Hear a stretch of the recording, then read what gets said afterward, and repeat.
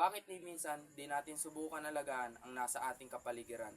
Bakit ni minsan di man lang natin maisip na para din sa atin yan? Bakit ni minsan di man lang natin maisip na linisan at dadaanan na lang?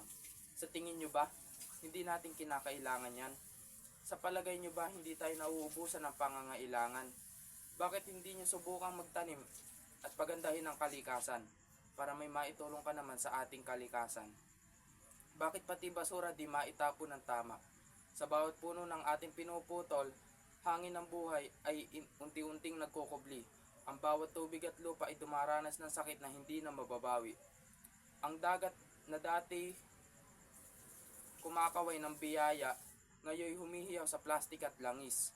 Ang langit na dating bughaw at payapa, ngayoy usok ang takip. Kung di tayo gagalaw ay kailan pa, kapag ang ulan ay apoy na andala, kapag ang mundo'y halos hindi na humihinga, at ang gising ng araw ay init at dusa. Ngunit kung tayo ngayon ay kikilos, magtutulungan at magtatanim ng pag-asa, bukas ay sisibol muli ang magandang kinabukasan para sa mga susunod pang henerasyon ng ating pinakamamahal na kalikasan. Tapos.